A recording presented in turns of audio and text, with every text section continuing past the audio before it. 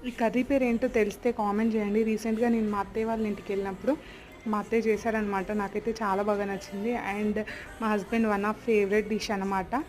So, నేను కూడా try చేద్దామని చెప్పేసి చేశాను. ముందుగా బేసన్ శనగపిండిలో చూపించిన ఇంగ్రీడియంట్స్ అన్నీ వేసుకోవాలి.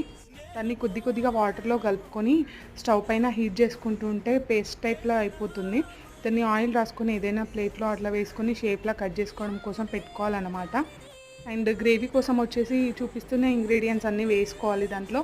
పేస్ట్‌లా చేసేసుకొని ఫస్ట్ మనం కట్ చేసుకున్న షేప్స్‌ని ఆయిల్‌లో డీప్ ఫ్రై చేసుకొని, మసాలా ఏదైతే ప్రిపేర్ చేసుకున్నామో దాన్ని ఫ్రై చేసుకొని కొద్ది కొద్దిగా వాటర్ పోసుకుంటూ మంచిగా మసాలా ఫ్రై అయ్యే వరకు చేసుకొని, ముందుగా ఫ్రై చేసుకున్న పీసెస్ వచ్చేసి దీంట్లో యాడ్ చేసుకోవాలి.